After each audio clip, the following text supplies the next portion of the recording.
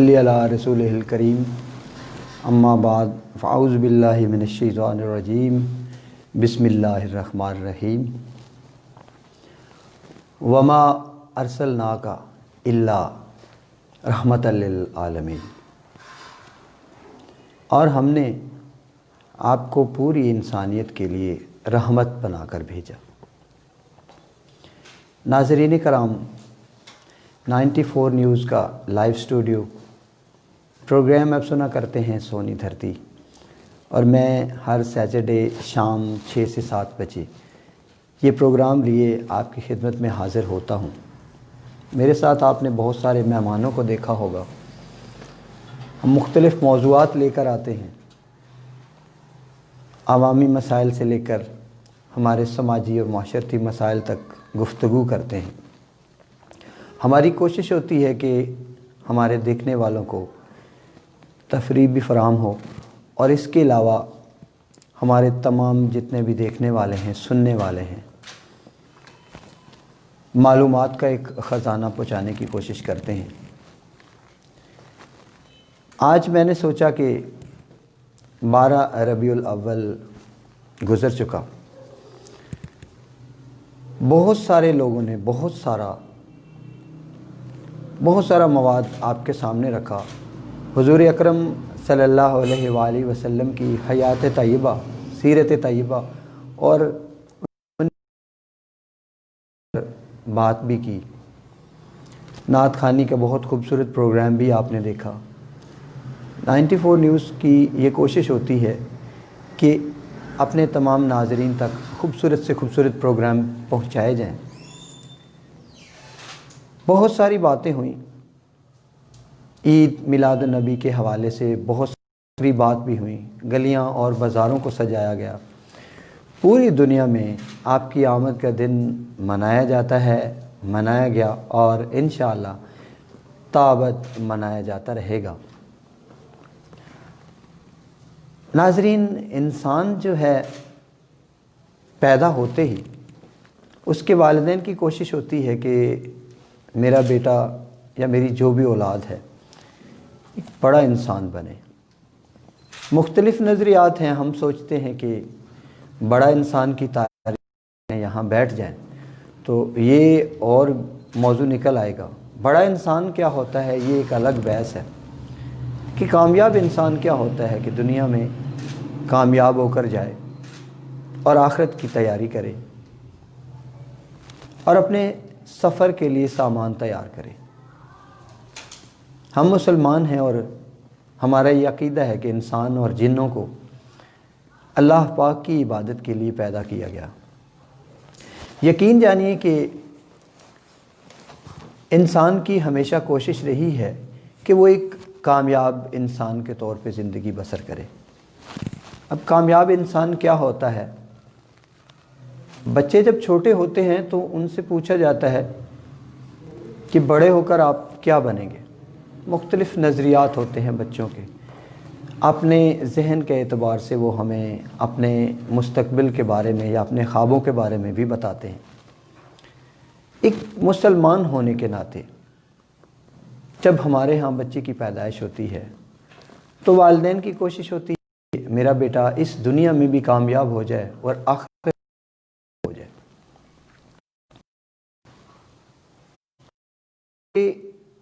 دماغ میں ایک آئیڈیل ہوتا ہے۔ انسان کی یہ کوشش ہوتی ہے کہ کوئی ایسا انسان ہو جسے میں دیکھوں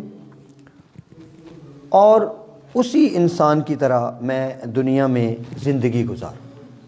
ہر انسان کی ایک خواہش ہوتی ہے کہ میں اس آئیڈیل شخصیت کا روپ دھار لوں۔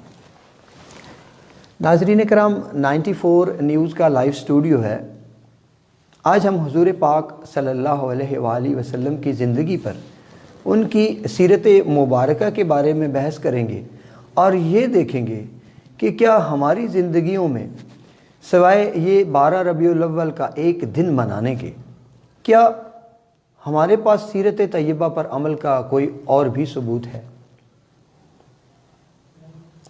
ہر انسان کے ذہن میں ایک آئیڈیل شخصیت ہوتی ہے، اور مسلمان ہونے کے ناطے الحمدللہ ہر مسلمان کی آئیڈیل شخصیت حضرت محمد مصطفیٰ صلی اللہ علیہ وآلہ وسلم ہے۔ ہم دم تو بھرتے ہیں کہ ہم حضور پاک کے سچے عاشق ہیں، عاشق رسول ہیں، غلام مصطفیٰ ہیں، لیکن کیا کبھی آپ نے یہ سوچا ہے کہ حضور اکرم صلی اللہ علیہ وآلہ وسلم کی جو زندگی ہے اور جس انداز میں آپ نے یہ زندگی گزاری ہے، ان اصولوں میں سے ہم نے کبھی کسی پر عمل کیا؟ ایک بزرگ فرماتے ہیں کہ ایک شخص نے کتا رکھا ہوا تھا، وہ دوسری طرف روٹی پھینکتا تھا تو کتا دوڑ کر روٹی کھانے کے لیے جاتا تھا۔ اب کیا ہوتا تھا کہ جب کتا دوڑ کر روٹی کی طرف جاتا تھا تو مالک اس کا نام لے کے اسے پکارتا تھا، تو کتا روٹی چھوڑ دیتا تھا اور اپنے مالک کی طرف دوڑا چلا آتا تھا۔ اتنی وفاداری تھی کہ بھوکا پیٹ ہونے کے ساتھ ساتھ اسے اپنے مالک کی آواز سنائی دیتی تھی اور وہ اپنے مالک کی آواز پہ لبیک کہتے ہوئے دوڑ کر روٹی کو چھوڑ کر اس کی طرف آ جایا کرتا تھا۔ ناظرین کرام، بات بڑی سوچنے کی ہے کہ مالک کل دنیا میں اللہ پاک کی اللہ پاک ہر چیز کے مالک ہے، سب کو پیدا کیا، سب کو بنایا، ہر چیز تخلیق کی۔ ناظرین کرام، 5 وقت مسجد میں اذان ہوتی ہے، اللہ پاک کا حکم ہے کہ مسجد کی طرف آؤ، میں بلا رہا ہوں۔ کوئی ایسے تو نہیں کہہ رہا ہوتا کہ اللہ بہت بڑا ہے، میں گواہی دیتا ہوں کہ محمد اللہ کے رسول ہیں اور اللہ کے سوا کوئی عبادت کے لائق نہیں، بھلائی کی طرف آ جاؤ، فلاح کی طرف آ جاؤ۔ ہمیں اذان تو سنائی دیتی ہے، لیکن مثال اس کتے سے بھی بڑھ گئی ہے کہ ہم اذان 5 دفعہ سنتے ہیں، مالک ہمیں 5 دفعہ پکارتے ہیں، لیکن کبھی کان پر جوں تک نہیں لیں گی۔ ہمارے کان میں یہ آواز آتی ہے، ہم سنتے ہیں، لیکن کیا ہوتا ہے؟ ہم مسجد کی طرف نہیں جاتے، ہم وضو کر کے نماز نہیں پڑھتے۔ مالک ہمیں بلاتا ہے، اور حکم یہ بھی ہے کہ اگر آپ کھانا شروع کرتے ہیں اور اذان ہو جاتی ہے تو حکم یہ بھی ہے کہ آپ پہلے کھانا کھائیے، اس کے بعد آپ نماز کی تیاری کیجئے اور پھر مسجد کی طرف آ جائیے۔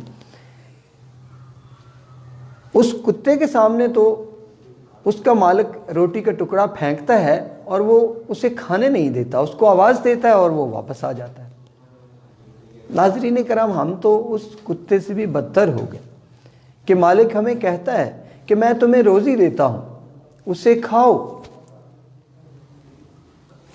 پیٹ بھر کر کھاؤ، لیکن جب جس مقصد کے لیے اسے پیدا کیا، اللہ کی عبادت کے لیے پیدا کی، 5 یا 7 منٹ مسجد میں حاضری ہو جائے یا اپنے گھر پہ نماز ہو جائے، ہمارے کان پہ جوں تک نہیں رینگتی۔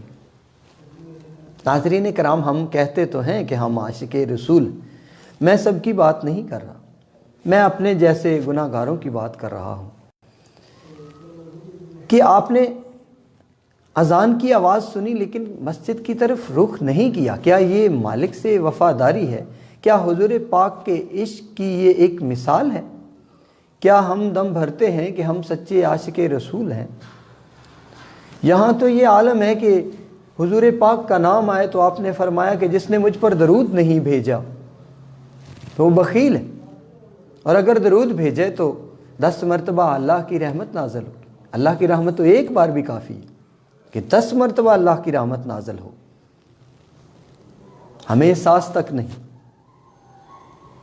ہمارے آئیڈیل تو حضرت محمد مصطفیٰ صلی اللہ علیہ وآلہ وسلم کی شخصیت ہے، ان کی سیرت طیبہ پہ ہم عمل کرتے ہیں، ان کی کہی ہوئی ہر بات دوسروں تک بھی پہنچاتے ہیں۔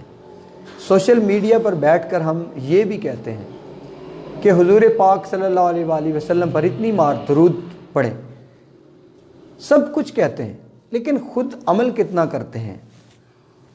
حضور پاک کی زندگی کو روزانہ مطالعہ کیا جاتا ہے،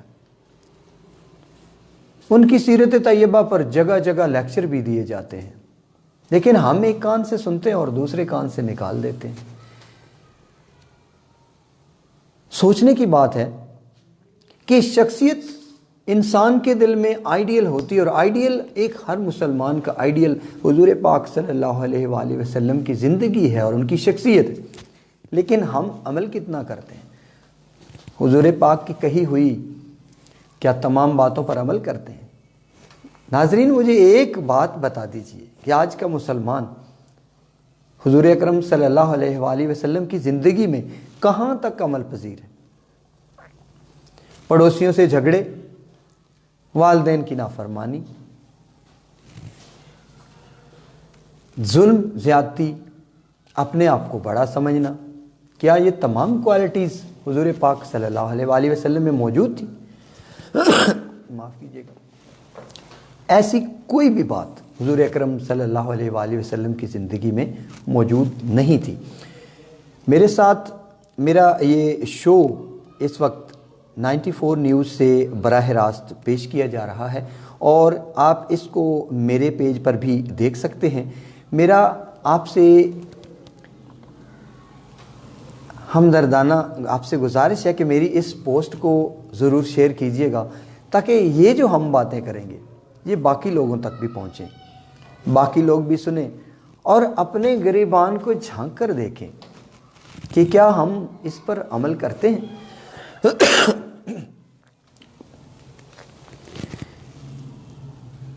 کسی بھی چیز کو استعمال کرنے سے پہلے، کوئی بھی چیز ہم خریدتے ہیں تو اس میں ایک ماسٹر پلان کی کاپی ضرور ملا کرتی ہے۔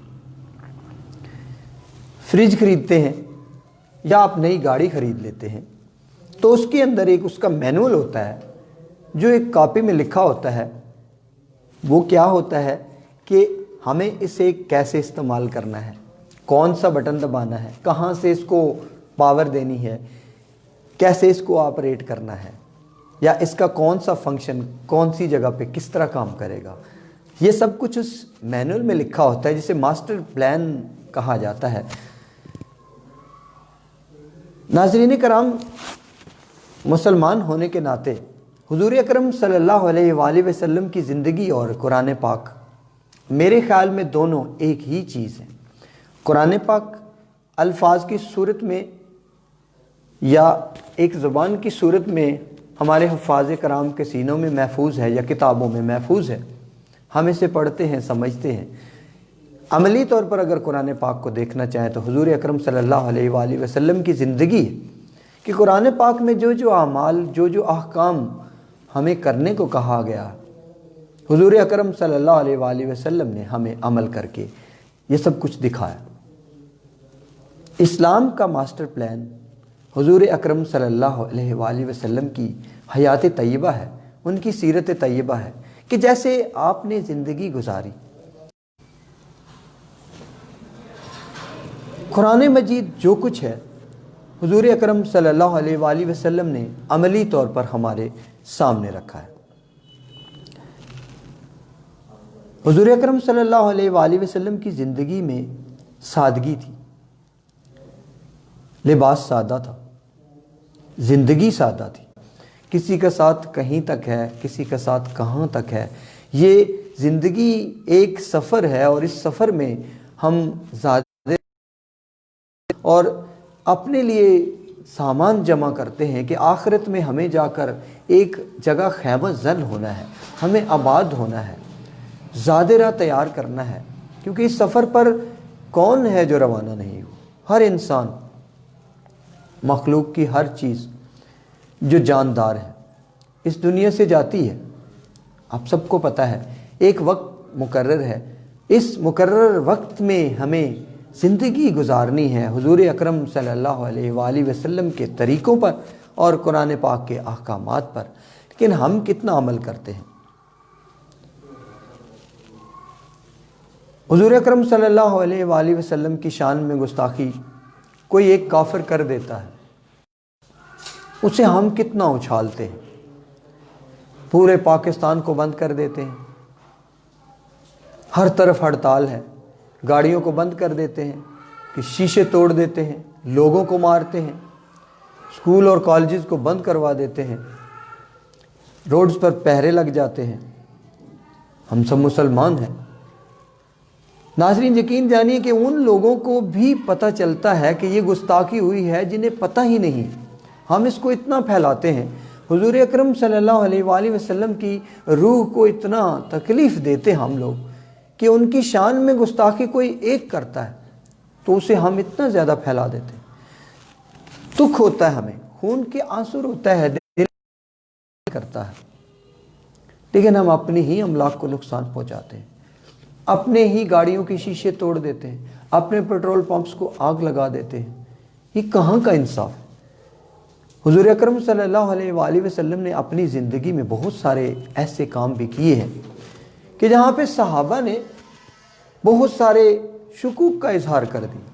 صلح حدیبیہ کے موقع پر جب کفار اور مسلمانوں کے درمیان صلح ہونے لگی تو شرائط کچھ ایسی تھی کہ اس سال مسلمان واپس چلے جائیں گے، اگلے سال حج کرنے کے لیے آئیں گے۔ آپ نے مان لی، ٹھیک ہے، بجا ہے۔ یہ کہا گیا کہ مکہ سے اگر کوئی مسلمان ہو کے مدینہ آ جائے تو آپ اسے واپس کر دیں گے، اور مدینہ سے اگر کوئی کافر ہو کر واپس مکہ چلا جائے تو ہم واپس نہیں کریں گے۔ یہ منافی شرائط تھی، لیکن حضور اکرم صلی اللہ علیہ وآلہ وسلم نے اپنی کمال سیاست کے ساتھ ان کو تسلیم کیا۔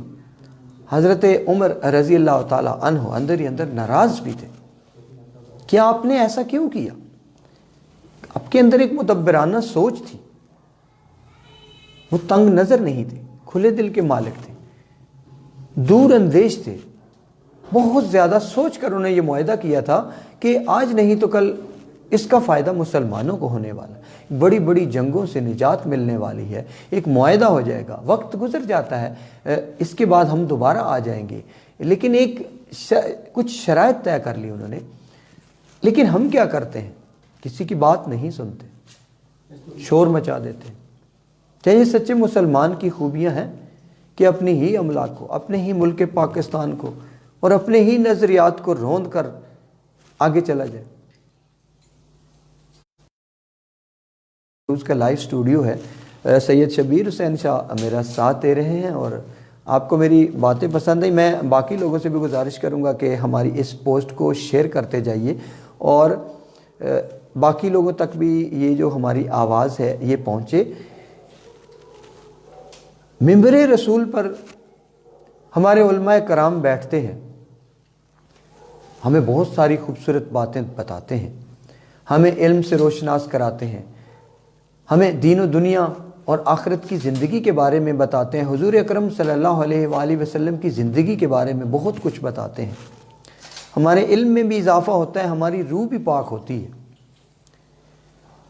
لیکن بہت سارے لوگ میں ایسے دیکھتا ہوں کہ منبر رسول پر بیٹھتے ہیں اور آگ اگلتے ہیں۔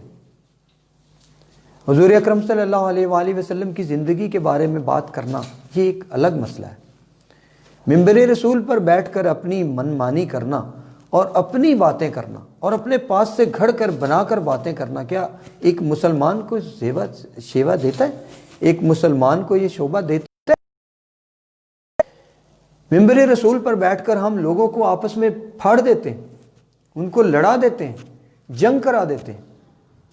ایک کہتا ہے میں سچا ہوں، دوسرا کہتا ہے میں سچا ہوں، ایک کہتا ہے یوں نماز پڑھو، ایک کہتا ہے یوں نماز پڑھو۔ مجھے سمجھ نہیں آتی کہ یہاں منبر رسول پر بیٹھ کر مسلمانوں کو آپس میں لڑایا جا رہا ہے اور ہم سوچتے تک نہیں۔ جب ہم ان لوگوں کی باتیں سنتے ہیں تو ہماری عقل معاف ہو جاتی ہے، ہمیں برین واش کیا جاتا ہے، اور ہم کیا کرتے ہیں؟ ان کی باتیں سن کر آپس میں لڑ پڑتے ہیں، جھگڑ پڑتے ہیں۔ حضور اکرم صلی اللہ علیہ وآلہ وسلم نے تو اپنی زندگی میں باقی مذاہب کے لوگوں کو بھی بہت زیادہ عزت دی، ہم سب تو مسلمان ہیں، لیکن یہاں منبر رسول پر بیٹھ کر آگ اگلنا کہاں کا انصاف ہے؟ میں تو کہتا ہوں آئیے مل کر ایسی تمام برائیوں کو منبر رسول پر بیٹھے ہوئے لوگوں کو اکھاڑ کر پھینک دیں۔ سچے علماء دین بہت زیادہ ہیں، اور ان کی کوشش ہوتی ہے کہ مسلمان متحد ہو کر مسلمان تو بھائی بھائی، مسلمان کا خون ایک ہے، لیکن یہاں کیا ہوتا ہے کہ تفرقہ بازی ہے، ایک کو دوسرے پر برتری۔ اور یقین جانیے کہ یہی لوگ جو یہاں منبر رسول پر بیٹھ کر آپ کو یہ کہتے ہیں کہ فلاں غلط ہے فلاں غلط ہے، بعد میں دیکھتا ہوں کہ حلوہ پوڑی کی دکان پہ بیٹھے مل کر ان میں کوئی اختلاف نہیں ہوتا، پیسہ کمانے کے لیے بہت ساری باتیں ایسی کی جاتی ہیں۔ میں یہاں اس جگہ بیٹھ کر یہ باتیں کرنے والوں سے صرف یہ کہنا چاہتا ہوں کہ ٹھیک ہے، آپ کا ایک عقیدہ ہے، آپ اسے سچا سمجھتے ہیں، آپ اس پر قائم رہیں، لیکن خدا را اگر کہیں اگلی دنیا میں گئے تو حضور پاک نے یہاں سے پکڑ کے کہا کہ میں نے تو ایسا نہیں کہا تھا، تم نے اپنے پاس سے کیوں کہا؟ مسلمان ہونے پاکستان کو سنوارنے کی بجائے سڑکوں پر آگ لگانا کہاں کا اسلام ہے؟ باتیں کڑوی ضرور ہوتی ہیں، لیکن یقین جانیے کہ یہ باتیں سوچنے والی بھی ہوتی ہیں، اور ہمیں سوچنا ضرور چاہیے۔ اگر آپ کا دل تسلیم کرتا ہے تو ٹھیک۔ حضور اکرم صلی اللہ علیہ وآلہ وسلم کی زندگی میں دیکھیے کہ فتح مکہ کے موقع پر اونٹنی پر بیٹھے اور سر جو کے آگے کوہان پر لگ رہا ہے، اتنی عاجزی۔ اور یہاں ہم کسی پر غلبہ پا لیتے ہیں تو پاؤں کے تلے رون دیتے ہیں، لاشوں پر گھوڑے دوڑائے جاتے ہیں۔ کسی کو اگر ہم نیچا دکھا لیتے ہیں تو ساری زندگی طنز و پتہ نہیں کیا کیا کرتے ہیں، اس کو غلام بنا کر رکھتے ہیں۔ حضور اکرم جب تشریف لائے، مکہ فتح ہو گیا، گھمنڈ کے تمام سر جھک گئے، حضور اکرم کی بادشاہی تھی، لیکن آپ نے کیا کہا؟ آپ نے ابو سفیان کے گھر میں پناہ لینے والوں کو امان دے دی، اور ہندا جو کہ جس نے حضور پاک صلی اللہ علیہ وآلہ وسلم کے جگر کے ٹکڑے، آپ کے چچا، ان کو جب شہید کیا گیا تو ہندا نے ان کا کلیجہ اپنے منہ میں چبایا تھا، اسے بھی معاف کر دی۔ حاضرین کرام، اسلام میں یہ تشدد بالکل بھی نہیں ہے۔ اسلام تو بردباری کا سبق دیتا ہے، اسلام تو روشنی ہے، اسلام تو نور ہے۔ مسلمان تو ایک شمع کی مانند ہے، جو جلتا ہے تو سب کو روشنی دیتا ہے، سب کو پیار تقسیم کرتا ہے، سب میں محبت و بردباری پڑھتا ہے۔ لیکن یہاں کیا ہے کہ مسلمان ہی مسلمان کو مار رہا ہے، اور ایک دوسرے پر الزامات لگائے جاتے ہیں اور عقیدوں کو اچھالا جاتا ہے۔ تو خدا را کوشش کیجئے کہ ہم سب ایک جگہ اکٹھا ہو کر رہیں۔ حضور اکرم صلی اللہ علیہ وآلہ وسلم کی زندگی کے تمام پہلو ہمارے سامنے ہیں، اور سیرت طیبہ میں یہ کہا گیا کہ پاکیزگی بڑی شرط ہے، پاکیزگی سب سے بڑی شرط ہے، طہارت ضروری ہے، باوضو رہتے تھے۔ ایک مسلمان ہونے کے ناطے کیا ہم ان تمام باتوں پر عمل کرتے ہیں؟ یقین جانیے کہ جنازہ ہوتا ہے، جنازہ گاہ میں میت سامنے پڑی اور ہزاروں جنازے میں شرکت کر رہے ہیں، لوگ سمجھتے ہیں کہ ہمارے گھر میں اتنے لوگ آ گئے ہیں، اتنا بڑا جنازہ ہو رہا ہے، ہماری میت کی بخشش ہو جائے گی۔ لیکن یقین جانیے کہ مجھے افسوس سے کہنا پڑتا ہے کہ اس میں بہت سارے لوگ باوضو ہی نہیں ہوتے، بے وضو ہوتے۔ ہم جنازہ دکھاوے کے لیے پڑھتے ہیں، کسی کی میت میں جنازہ پڑھنے جب ہم جاتے ہیں تو اکثر لوگ وضو تک نہیں کرتے، اور اسی طرح نماز جنازہ میں کھڑے ہو جاتے ہیں، اور پھر زور زور سے بتائیں گے کہ 11 لائنیں بنا، تا کا داد رکھنا، آگے آ جاؤ، یہ ہے وہ سب بتاتے ہیں کہ میں آیا ہوا ہوں، دنیا کو دکھانے کے لیے آتے ہیں، لیکن اللہ پاک سے نہیں ڈرتے کہ وہ آپ کو دیکھ رہا ہے کہ اللہ کے حضور آپ پیش ہونے جا رہے ہیں اور آپ نے وضو تک نہیں کیا۔ کیا سیرت طیبہ پر ہم عمل کرتے ہیں؟ کیا ہم عاشقان رسول ہیں؟ نہیں سامعین، یقین جانیے کہ حضور اکرم صلی اللہ علیہ وآلہ وسلم کی روح تڑپ جاتی ہوگی تب ایک مسلمان بے وضو نماز میں کھڑا ہو جاتا ہے۔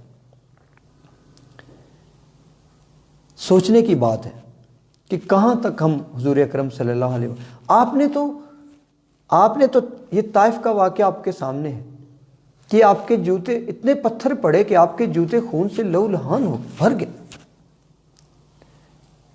اللہ کا فرشتہ نازل ہوتا ہے اور کہتا ہے کہ اے میرے نبی پاک صلی اللہ علیہ وآلہ وسلم، اگر آپ حکم کریں تو میں یہ دونوں پہاڑوں کو ملا کر ان کو چکی کی دو پارٹوں کی طرح روند ڈالوں.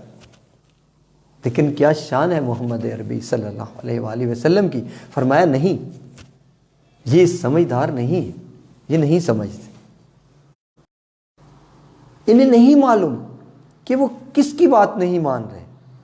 لیکن میں کہتا ہوں کہ اگر میری نہیں مانتے تو ہو سکتا ہے ان کی نسلوں سے جو بچے پیدا ہوں وہ مسلمان ہو جائیں. میرا کام تو دنیا کو اللہ کی طرف بلانا ہے. اگر یہ نہیں آتے تو اللہ کی طرف سے ان کو ہدایت نصیب نہیں ہو رہی. میری ان سے کوئی دشمنی نہیں ہے. اور ہم یہاں کیا کرتے ہیں کہ گلی میں اگر کسی نے تھوڑا سا کوڑا بھی پھینک دیا تو ڈنڈے لے کے نکل آتے کہ ہاں بھائی تو کون ہوتا ہے، تم کیا سمجھتے ہو اپنے آپ کو. اس قدر خود غرض ہو گئے ہیں ہم. اب یہ کرپشن دیکھ لیجئے،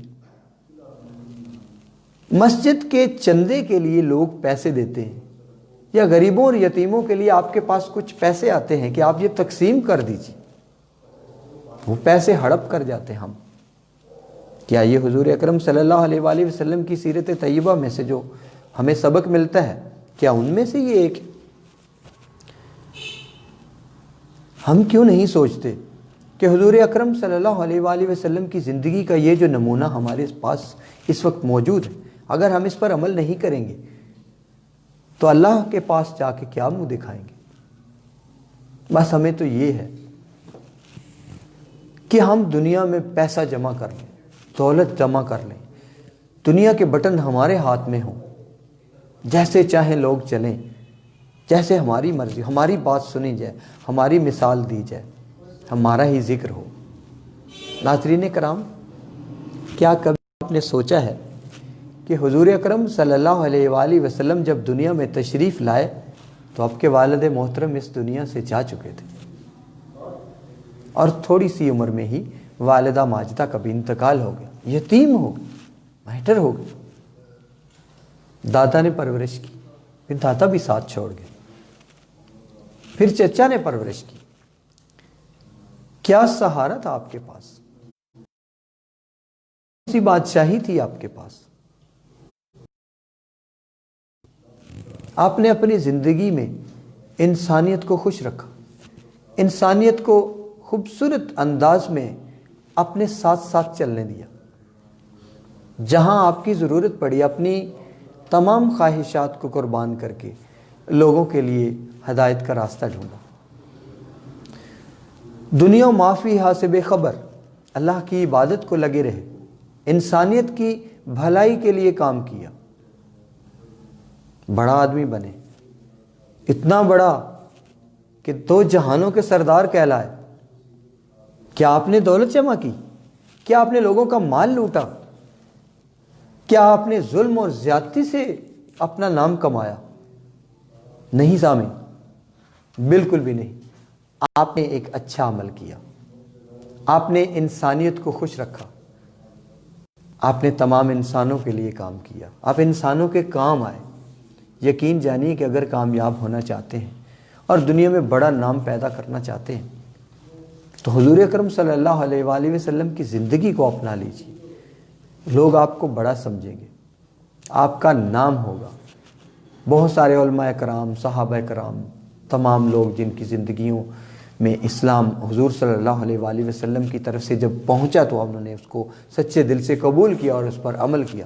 آج بھی ان کا نام لیا جاتا ہے، آج بھی ان کی باتوں کو معتبر سمجھا جاتا ہے، آج بھی لوگ ان کی مثالیں دیتے ہیں. لیکن ہمارے ذہن میں ایک آئیڈیا ہو کہ بڑا کون ہے، ہم اپنے آپ کو بڑا کیسے کریں، یہ ایک سوال ہے کہ کون بڑا ہوتا ہے. اللہ کے نزدیک تو سب سے بڑا وہ ہے جو متقی ہے اور جو پرہیزگار ہے. دیکھیے، دنیا کی نظر میں بڑا وہ ہے جس کے پاس 8-10 گھر بہن ہوں، بہت بڑے بنگلے ہوں، بازار میں 8-10 پلازے ہوں، لوگ اس سے ڈرتے ہوں، کوئی بھائی ایم پی اے ہو، کوئی ایم این اے ہو، پولیس تھانے میں اس کا نام ہو، جہاں جائیں وہاں اسی کا دم بھرتے ہیں، لیکن یقین جانیے کہ یہ نام بڑا نہیں ہوتا، لوگ آپ سے نفرت کرتے ہیں، آپ کے ڈر کی وجہ سے خاموش رہتے ہیں۔ یقین جانیے کہ اللہ کے نزدیک بڑا وہی ہے جو متقی ہے اور جو پرہیزگار ہے۔ اور حضور اکرم صلی اللہ علیہ وآلہ وسلم کی زندگی کے بارے میں ہم بات کریں، ہم یہ 12 ربیع الاول کا دن، یہ 10 دن ہم منا لیتے ہیں، اس کے بعد خاموش ہو جاتے ہیں۔ آپ نے تو رات دن، صبح شام عصر دوپہر، ہر وقت کے لیے ایک عمل مقرر کیا ہے، کھانے کا ایک طریقہ بیان کیا۔ آپ جانتے ہیں کہ حضور اکرم صلی اللہ علیہ وآلہ وسلم کا یہ کہنا کہ اگر آپ کھانا کھاتے ہیں، اگر آپ حضور اکرم صلی اللہ علیہ وآلہ وسلم کے طرز طور پر آپ کھانا کھاتے ہیں تو آپ کو بہت زیادہ ثواب ملتا ہے۔ کھانے سے پہلے ہاتھ دھوتے ہیں، جراثیم سے محفوظ رہتے ہیں۔ دنیا میں بھی کامیابی ہے، آخرت میں کامیابی ہے کہ ہاتھ دھونا حضور پاک صلی اللہ علیہ وآلہ وسلم کی سنت ہے، اور آپ کی ایک سنت کو پورا کرنا 70 شہیدوں کو زندہ کرنے کے برابر ہے۔ کیا آپ یہ ساری چیزیں سمجھتے ہیں؟ پانی پیتے ہیں تو اس میں بہت ساری سنتیں ہیں، قبلہ کی طرف منہ کر کے پینا، بیٹھ کر پینا، ہر جگہ پہ آپ کو نیکی مل رہی ہے، 3 سانس میں پینا، پینے کے بعد الحمدللہ کہنا، اور پھر پانی پلانے والا اگر کوئی ہے تو اس کا شکریہ ادا کرنا سکتے ہیں۔ تو کیا ضروری ہے کہ پانی کا گلاس لیتے ہیں، کہتے ہیں کہ گلاس صاف نہیں ہے، مجھے منرل واٹر لا کر دو، یہ پانی ٹھیک نہیں ہے، فلٹر سے پانی لے کر آؤ، لیکن یہ نہیں سوچتے کہ حضور اکرم صلی اللہ علیہ وآلہ وسلم نے اپنی زندگی میں پانی کو کیسے پیا۔ یہ ہماری سوچ میں ہی نہیں آتا۔ ہم احتیاطیں تو ساری کرتے ہیں کہ جراثیم سے پاک زندگی ہو، لیکن حضور اکرم صلی اللہ علیہ وآلہ وسلم نے زندگی میں جو ہمیں سبق دیے ہیں، اس سے نہ تو بیماریاں آ سکتی ہیں اور نہ آپ کے کسی قسم کی کوئی مشکلات آ سکتی ہیں، بلکہ زندگی میں آسانیاں ہی آسانیاں۔ اگر آپ کے پاس پیسہ نہیں ہے، دولت نہیں ہے، تو آئیے نا حضور اکرم صلی اللہ علیہ وآلہ وسلم کی زندگی میں آئیے، وہاں پیسے کی ضرورت ہی نہیں ہے۔ 5 دن کھانے کے لیے پیسے ہی نہیں ہوتے تھے، بھوکے پیٹ رہتے تھے، ابھی ہارٹ اٹیک نہیں ہوا، تو جتنا کھانا مل جائے اتنی پلیٹیں بھر لیتے ہیں کہ یقین جانیے شادیوں میں پھر وہ کھایا نہیں جاتا، رکھ دیتے ہیں، ضائع ہو جاتا ہے۔ اپنے ملک کے وسائل بھی ضائع ہوتے ہیں، پیسہ بھی ضائع ہوتا ہے، حضور کا طریقہ بھی نہیں ہے، اور پھر کیا ہوتا ہے کہ ہمیں بیماریاں لگ جاتی ہیں، پھر شوگر کا مریض ہو گیا، ڈاکٹر نے بلڈ پریشر کا بتا دیا، پھر کہتے ہیں میری تو کوئی زندگی نہیں، اللہ پاک نے مجھے کیا دیا، بے سکونی دی ہے، میں بیمار ہوں، میں ٹھیک نہیں ہو رہا، اللہ تعالیٰ میری دعا نہیں سنتے، اپنے پاؤں پر خود کلہاڑی مارتے ہیں۔ حضور اکرم صلی اللہ علیہ وآلہ وسلم کی زندگی اپنائیں، سادگی اپنائیں، سادہ خوراک کھاتے تھے، کبھی بیماری نہیں آتی، لیکن ہم ہیں کہ مغربی طور طریقے پر چلتے ہیں اور اسی کو بڑا سمجھتے ہیں، فیشن سمجھتے ہیں، اپنے آپ کو بڑا انسان سمجھتے ہیں۔ یہ بالکل بھی حضور اکرم صلی اللہ علیہ وآلہ وسلم کی زندگی نہیں ہے، اور 12 ربیع الاول کو یکم سے لے کے اخیر تک ہم ضرور یاد رکھتے ہیں، بہت سارا پیسہ بھی خرچ کرتے ہیں۔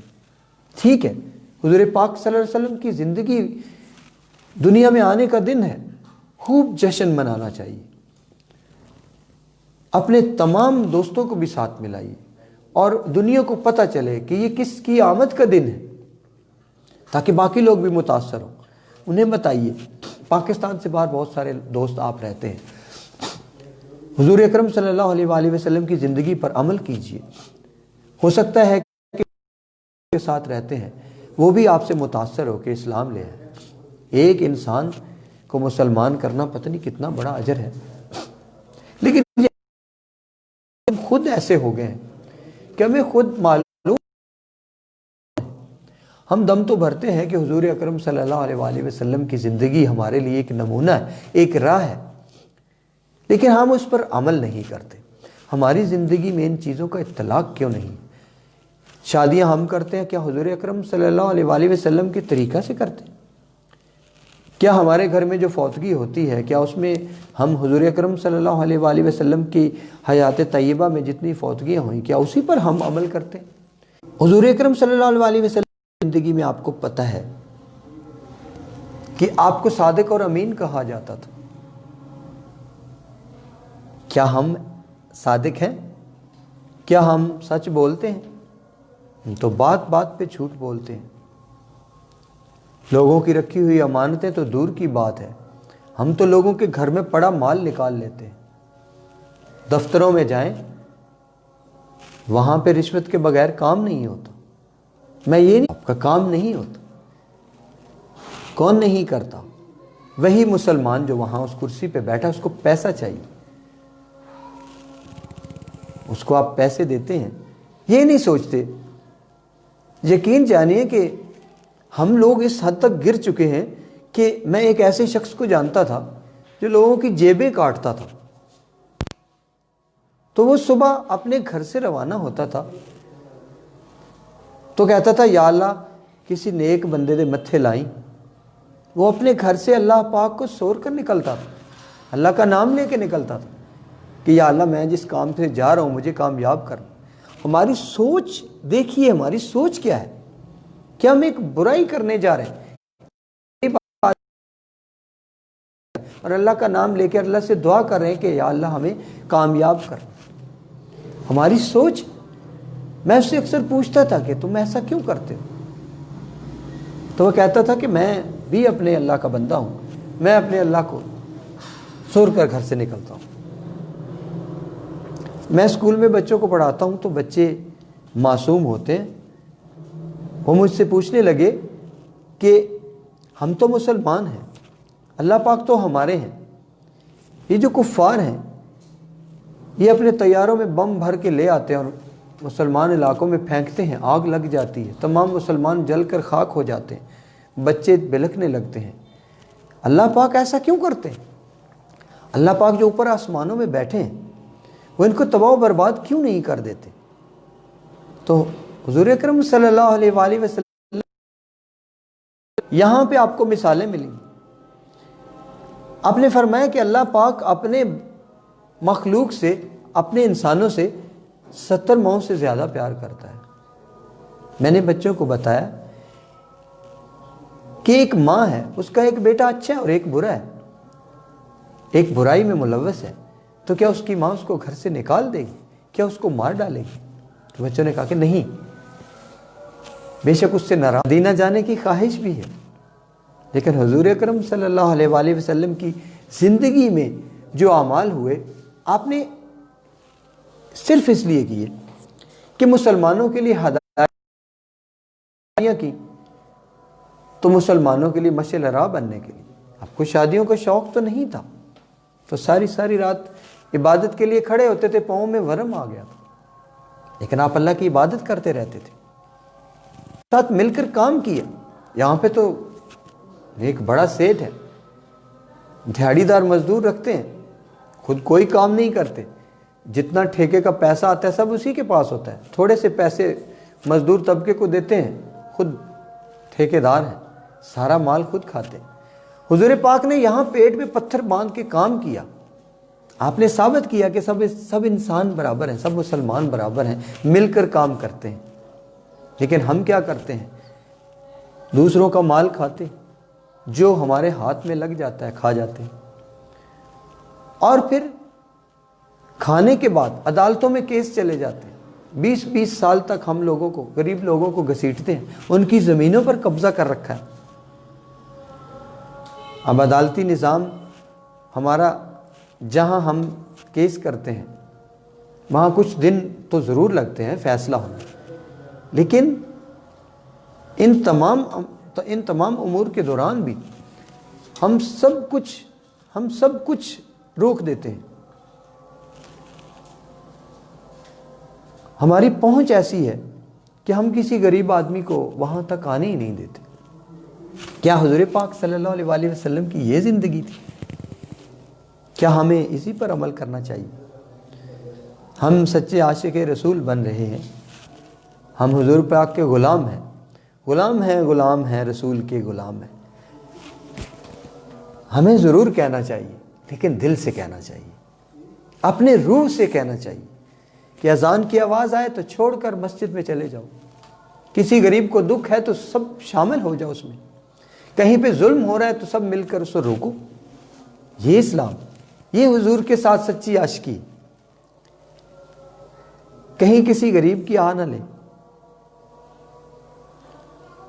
کہیں پہ غیر اسلامی طور طریقوں کو پنپنے نہ دیں۔ یہ حضور صلی اللہ علیہ وسلم سے سچی عاشقی ہے۔ اور ہم کیا کرتے ہیں؟ ہمیں تو یاد بھی نہیں۔ حضور اکرم صلی اللہ علیہ وآلہ وسلم کی زندگی کو دیکھیے کہ بہادری ایسی کہ کفار کے لشکروں پہ لشکر آ رہے ہیں اور 313 صحابیوں کے ساتھ جنگ لڑ لیتے ہیں، اور جذبہ ایمانی ہے، اللہ کی مدد شامل ہے، لیکن بہادر ہے۔ اب یہاں تو ایک غریب آدمی پر ظلم ہو رہا ہے، سڑک پر لوگ ایک دوسرے کو پیٹنا شروع کر دیں، ایک انسان کو مار رہے ہیں، باقی لوگ فلم بنا رہے ہیں، موبائل میں مووی بنا رہے ہیں اور اپلوڈ کر رہے ہیں، اور پھر نیچے لکھ دیتے ہیں کہ اسے اتنا شیئر کرو کہ سب کو پتہ چل جائے۔ غریب کی رہی صحیح عزت بھی چلی جاتی۔ آپ میں جرأت ہونا چاہیے، آپ میں شجاعت ہونا چاہیے، ظلم کو روکے، لیکن ہم نہیں روکتے۔ حضور اکرم صلی اللہ علیہ وآلہ وسلم کی زندگی میں بہت ساری ایسی باتیں تھیں جن پر اگر مسلمان عمل کرتا، کوئی بھی بات ایسی نہیں تھی کہ جس پر مسلمان عمل کرتا تو کامیاب نہ ہوتا، لیکن ہمارے ہاں یہ ہے کہ ہم ایک بھی بات پر عمل نہیں کرتے۔ ہم اپنے آپ کو بڑا سمجھتے ہیں، باقی سب کو چھوٹا سمجھتے ہیں۔ اسلام میں تو سب برابر ہیں۔ آپ مجھے اس سوال کا جواب دیجئے کہ آپ باہر کی دنیا میں جب جاتے ہیں، اپنے آپ کو چھوڑ دیجئے، کیا باقی لوگ اپنے آپ کو بڑا سمجھتے ہیں کہ نہیں سمجھتے؟ یہاں برابری والی کوئی بات نہیں۔ یہاں تو کھانا تقسیم کرتے ہوئے کہا جاتا ہے کہ غریبوں کو وہاں زمین پر بیٹھ کر کھانا دو، خود وہاں بیٹھ کر کھاؤ۔ یہ حضور پاک صلی اللہ علیہ وآلہ وسلم کی زندگی نہیں ہے۔ کیا ہم نماز کی پابندی کرتے ہیں؟ کیا ہم 5 وقت نماز پڑھتے ہیں؟ بالکل نہیں پڑھتے۔ بہت سارے لوگ پڑھتے ہیں، ہم یہ نہیں کہتے انہی کی وجہ سے یہ دنیا قائم ہے اور آج بھی اسلام کا نام زندہ ہے۔ بہت سارے لوگ اللہ پاک کے سامنے عبادت بھی کرتے ہیں، حضور صلی اللہ علیہ وسلم کی زندگی پر بھی چلتے ہیں، لیکن ہم ہیں کہ حضور نے یہ کہا کہ ہمسائے کا اتنا حق ہے کہ مجھے ڈر ہے کہ کہیں پڑوسی کو اس کی وراثت میں حق نہ دے دیا جائے، لیکن ہم ہمسائے کو دروازے سے باہر نہیں آنے دیتے۔ روز کے جنگ و جدل، روز کی لڑائیاں، روز کے جھگڑے، اپنی بیویوں کو حقوق نہیں دیتے، اور بیویاں ہیں کہ شوہروں کی بات پہ کان نہیں دھرتی۔ کیا حضور نے یہی فرمایا تھا؟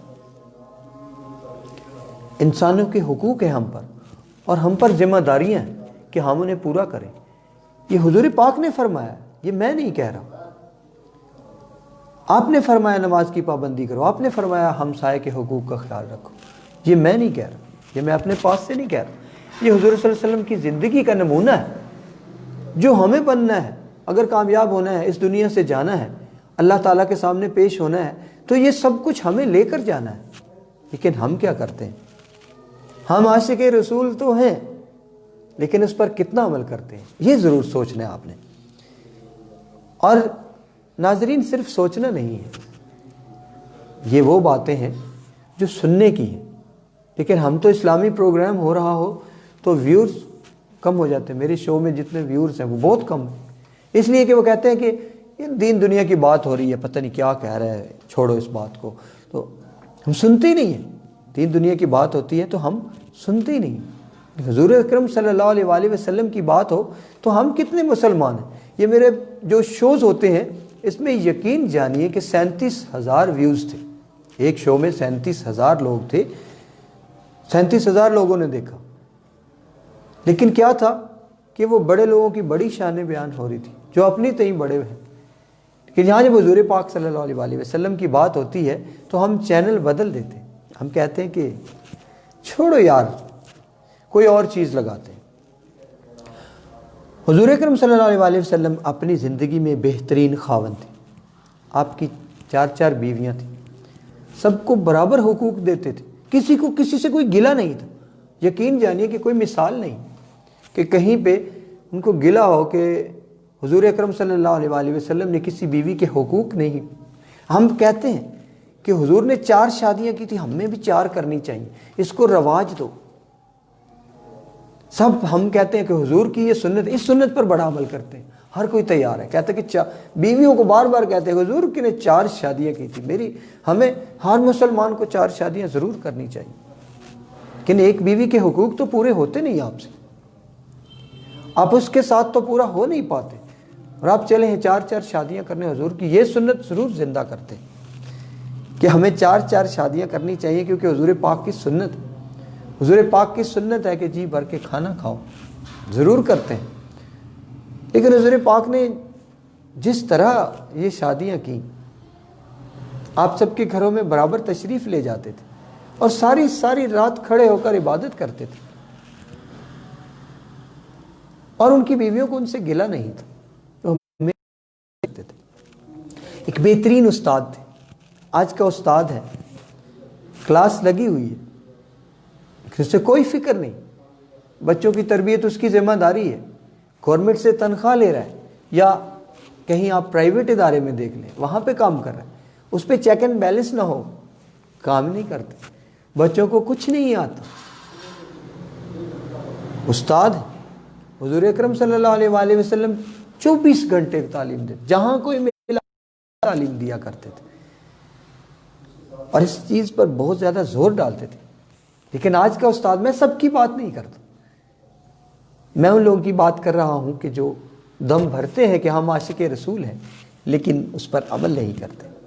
حضور اکرم صلی اللہ علیہ وسلم کوئی تنخواہ نہیں لیتے تھے، جب بچوں کو پڑھاتے تھے، بڑوں کو پڑھاتے تھے، تعلیم دیتے تھے، اور معلم انسانیت ہے، پوری انسانیت کے استاد ہیں۔ اور یہ آپ کے پاس جو پیغمبری پیشہ کہا جاتا ہے کہ آپ ایک استاد ہیں، بچوں کو پڑھاتے ہیں، کیا کبھی آپ نے سوچا ہے کہ آپ تنخواہ بھی لیتے ہیں، کیا اس تنخواہ کو حلال کرتے ہیں؟ یہ بھی ضرور سوچئے گا، یہ بھی حضور صلی اللہ علیہ وسلم کی زندگی کا ایک پہلو تھا، ایک بہترین خاوند کے طور پہ بھی۔ حضور کو ہمیشہ اپنی امت کی فکر تھی۔ یہاں پہ ہمارے جو بڑے، ان کو ہماری فکر ہے؟ بالکل نہیں ہے، کسی کو کسی کی فکر نہیں ہے، سب اپنی اپنی من میں گھومے چلے جا رہے ہیں۔ یہاں فیس بک پہ لگا دیتے ہیں کہ 1,00,000 بار اگر آپ نے محمد نہیں لکھا تو آپ یہ ہو جائے گا، آپ وہ ہو جائے گا۔ نبی پاک صلی اللہ علیہ وسلم سے عقیدت کے یہ طریقے نہیں ہیں، ان کی زندگی پر عمل کرو، ان کی باتوں پر عمل کرو، جو حضور پاک نے کر کے دکھایا اس پر عمل کرو۔ یقین جانیے، نہ آپ کو پیسہ ضروری ہوگا، نہ آپ کو دولت چاہیے ہوگی، نہ آپ کو بڑے بڑے مکان چاہیے ہوں گے، نہ آپ کے اندر اتنی زیادہ تگ و دو کرنے کی ضرورت ہوگی، نہ ظلم کرنا پڑے گا کسی پر، نہ کسی کو برباد کرنا پڑے گا، نہ کسی کو چاہیں گے۔ جب آپ کسی کی فصل سے اس کا غلہ نہیں اٹھائیں گے، جب آپ کسی کی رات کو بندھی ہوئی مویشیوں میں سے، بہت سارے لوگ میں نے ایسے دیکھے ہیں کہ یقین جانیے کہ بھینسیں بندھی ہوئی اور رات کو اس کا دودھ نکال لیتے، کہ ہم سچے عاشق رسول بنے تو کیسے بنے؟ صرف دن بنا کر نہیں، حضور پاک کی زندگی پر عمل کر کے بنے۔ جو کچھ کہا سنا، اگر کچھ برا لگا تو ضرور معاف کر دیجیے گا، اور سونے سے پہلے اپنے خدا کو ضرور یاد کیجیے گا، اور آج کے دن عہد کیجیے گا کہ ہم حضور پاک صلی اللہ علیہ وآلہ وسلم کی زندگی پر عمل کریں گے، اور جہاں تک ہو سکے سچا عاشق رسول بننے کی کوشش کریں گے۔ اور آخر میں ایک یہ ضرور کہوں گا کہ ممبر رسول پر بیٹھ کر خدا را آگ مت اگلیے، مسلمانوں کو متحد کیجیے، مسلمانوں کو پھاڑیے مت، سب کو اکٹھا کیجیے، کیونکہ ہم سب ایک ہیں، ہم سب بھائی ہیں۔ اپنا ڈھیر سارا خیال رکھیے گا، اور اپنی دعاؤں میں یاد رکھیے گا، اور جاتے جاتے وہی ایک نعرہ کہ یہ اپنے لیے جینا تو کوئی جینا نہیں، جیو تو اوروں کے لیے۔ اللہ حافظ، پاکستان زندہ باد۔